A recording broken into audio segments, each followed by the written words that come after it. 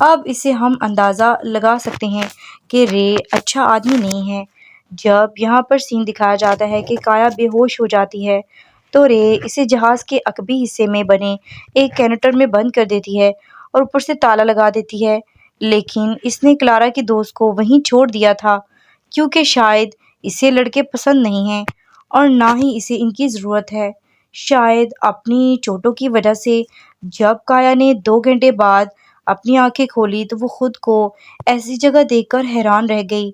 وہ ڈر جاتی ہے۔ کلارا بھی کچھ دیر بعد ہوش میں آتی ہے اور وہ بھی بہت ڈری ہوئی نظر آتی ہے۔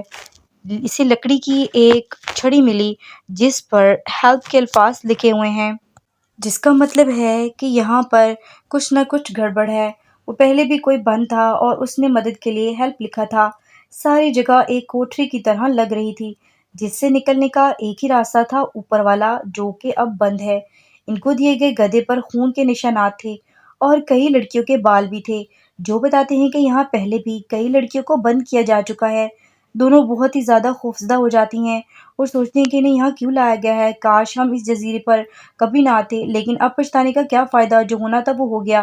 اب انہیں یہاں سے نکلنے کا طریقہ سوچنا ہوگا کیونکہ جتنے دن وہ یہاں گزاریں گے اتنا ہی خطرہ بڑھے گا۔ اگلی صبح رے اوپری دروازہ کھولتا ہے اور انہیں زندہ سڑی ہوئی مچھلیاں کھانے کے لیے دیتا ہے، لیکن کایا اسے منتیں کرنے لگی کہ مجھے جانے دو کیونکہ میرا ایک چھوٹا بھائی ہے جو گھر میں اکیلا ہے اور اسے میری ضرورت ہے۔ لیکن رے کہتا ہے کہ بالکل، اور اگر تم نے یہاں سے بھاگنے کی کوشش کی تو میں تمہیں مار ڈالوں گا اور پھر تمہیں ٹکڑے ٹکڑے کر کے مچھلیوں کو کھلا دوں گا۔ یہ کہہ کر وہ کینٹر کا دروازہ دوبارہ بند کر کے وہاں سے چلا گیا۔ پھر وہ اپنے کام میں بزی ہو جاتا ہے، جیسے زندہ مچھلی کھانا، گانے سننا، سگریٹ پینا وغیرہ، یعنی وہ تمام غلط کام کرتا تھا۔ اس دوران ہمیں ایک چیز نظر آتی ہے کہ درمیان میں واکی ٹاکی پر کسی سے بات کرتا ہے، جس کا مطلب ہے کہ یہاں کوئی آنے والا ہے۔ اب ہم نے کلارا کا زخمی دوست بھی دیکھا جو وہیں پر پڑا ہے۔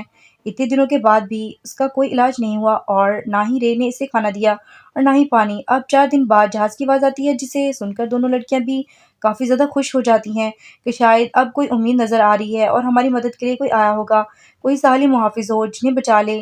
لیکن معلوم ہوا کہ وہ ڈاکٹر ہے جس نے اپنا جہاز بہت دور لنگر انداز کیا تھا اور وہاں سے چھوٹی کشتی میں بیٹھ کر یہاں آیا تھا۔ پہلے وہ آتا ہے اور کلارا کے دوست کو دیکھتا ہے اور پوچھتا ہے کہ وہ یہاں کب سے پڑا ہے۔ رے نے جواب دیا کہ تقریباً 4 دن ہو گئے ہیں۔ یہ سن کر ڈاکٹر کہتا ہے کہ کوئی بات نہیں، یہ بھی ہمارے کام آئے گا۔ پھر وہ نیچے چلا جاتا ہے جہاں پر دونوں لڑکیاں ڈرتے ڈرتے ایک کونے میں بیٹھی تھیں۔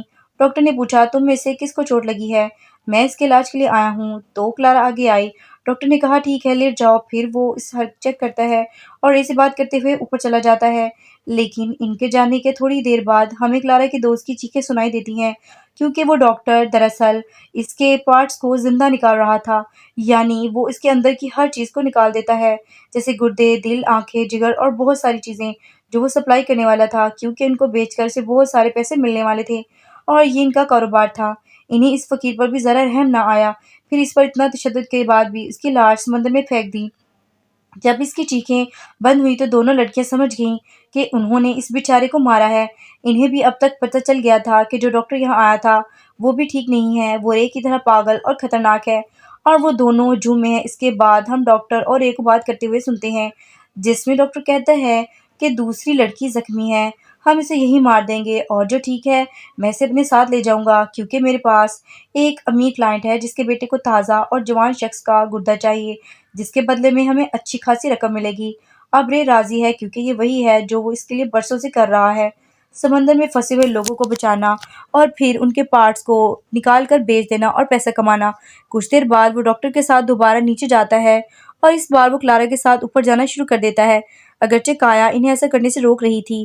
رے نے اسے وہیں مار ڈالا اور اسے بے ہوش کر دیا، جس کے بعد وہ دونوں کلارا کے ساتھ آتے ہیں۔ کئی گھنٹوں کے بعد جب کایا کو ہوش آیا تو اسے کلارا کی چیخیں سنائی دیں، اس کا مطلب ہے کہ وہ ابھی تک زندہ ہے، جو سچ تھا۔ انہوں نے ابھی تک اس کے پارٹس نہیں نکالے تھے، اس لیے کایا کو جو بھی کرنا تھا اسے بہت جلد کرنا تھا۔ دراصل اس نے دیکھا کہ اس کینٹر میں ایک پنکھا نصب ہے جو دن میں چلتا تھا لیکن اب اسے بند کر دیا گیا ہے۔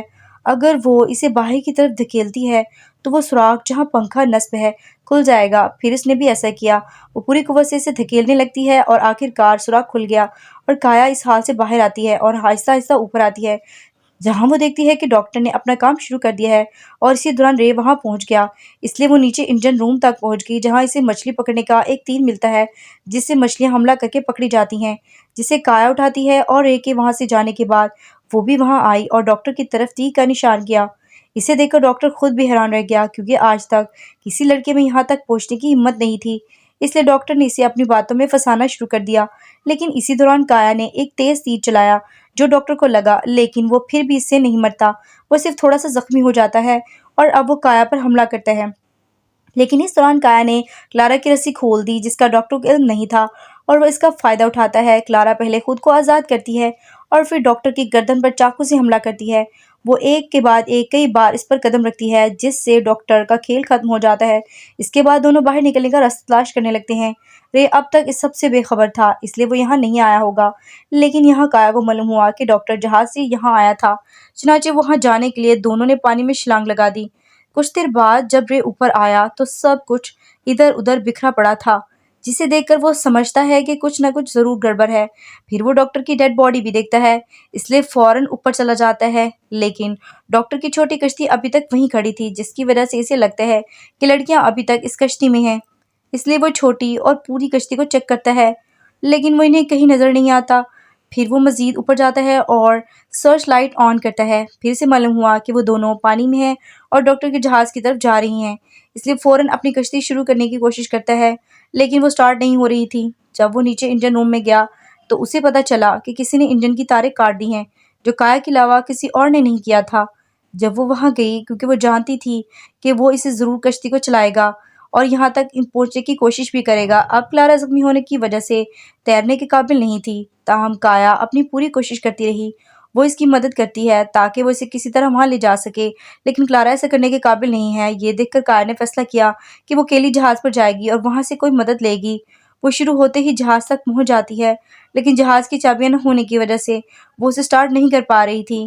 اب اسے وہاں ایک ریڈیو ملتا ہے جسے وہ کوسٹ گارڈ سے جوڑ کر بتاتی ہے کہ میں یہاں پھنس گئی ہوں، میرے پاس چابیاں نہیں ہیں، لہٰذا وہ اسے ایک آلہ تلاش کرنے کو کہتے ہیں جسے چننے والا کہتے ہیں، لیکن وہ اسے کہیں نہیں ڈھونڈتی۔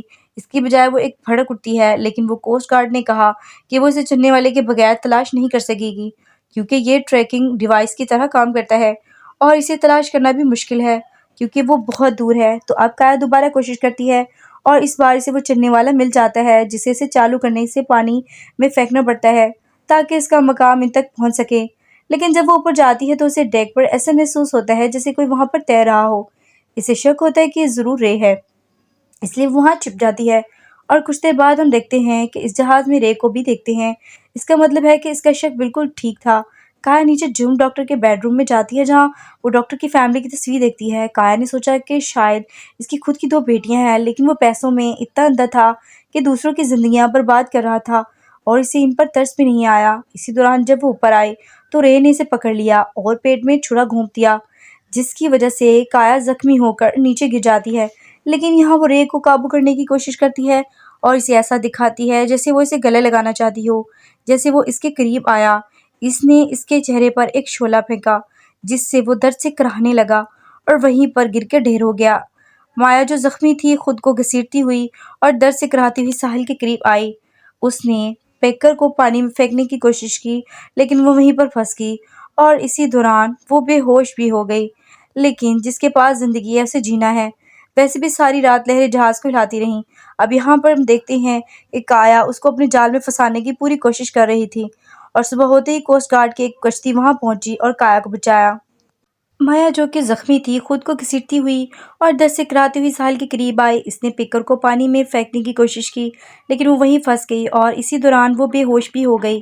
لیکن جس کے پاس زندگی ہے اسے جینا بھی ہے۔ ویسے بھی ساری رات لہریں جہاز کو ہلاتی رہیں جس کے نتیجے میں جہاز پھسل کر پانی میں گر کر اسے سٹارٹ کر دیا۔ ان کا مقام ان تک پہنچا، چنانچہ صبح ہوتے ہی کوسٹ گارڈ کی ایک کشتی وہاں پہنچی اور کایا کو بچایا۔ انہیں وہاں رے کی لاش بھی ملتی ہے اور وہ ان دونوں کے ساتھ جانے والے ہیں۔ جب انہوں نے کلارا کو سمندر میں تیرتے ہوئے دیکھا جو ابھی تک زندہ ہے، لہٰذا وہ فوری طور پر اس کے ساتھ ساتھ لے آئے، لیکن وہ دونوں بہت رو رہی تھیں کیونکہ انہوں نے کبھی بھی نہیں سوچا تھا کہ یہ سب ان کے ساتھ ہوگا۔ اب سب کچھ ختم ہو چکا تھا، لیکن کایا کا کیا؟ کیونکہ وہ ابھی تک اپنی ماں کی موت کے صدمے سے باہر نہیں آ پائی تھی، تو وہ اسے کیسے نکل سکتے ہیں؟ دونوں دوستوں کو بحفاظت ساحل پر لایا گیا ہے، جہاں وہ ایک دوسرے کو دیکھتی ہیں اور مسکراتی ہیں اور تھینک یو کرتی ہیں کہ ان کی جان بچ گئی، اور مستقبل میں ایسی جگہوں پر نہ جانے کا فیصلہ کیا۔ اور اس کے ساتھ ہی اس فلم کی کہانی یہیں پر اینڈ ہوتی ہے۔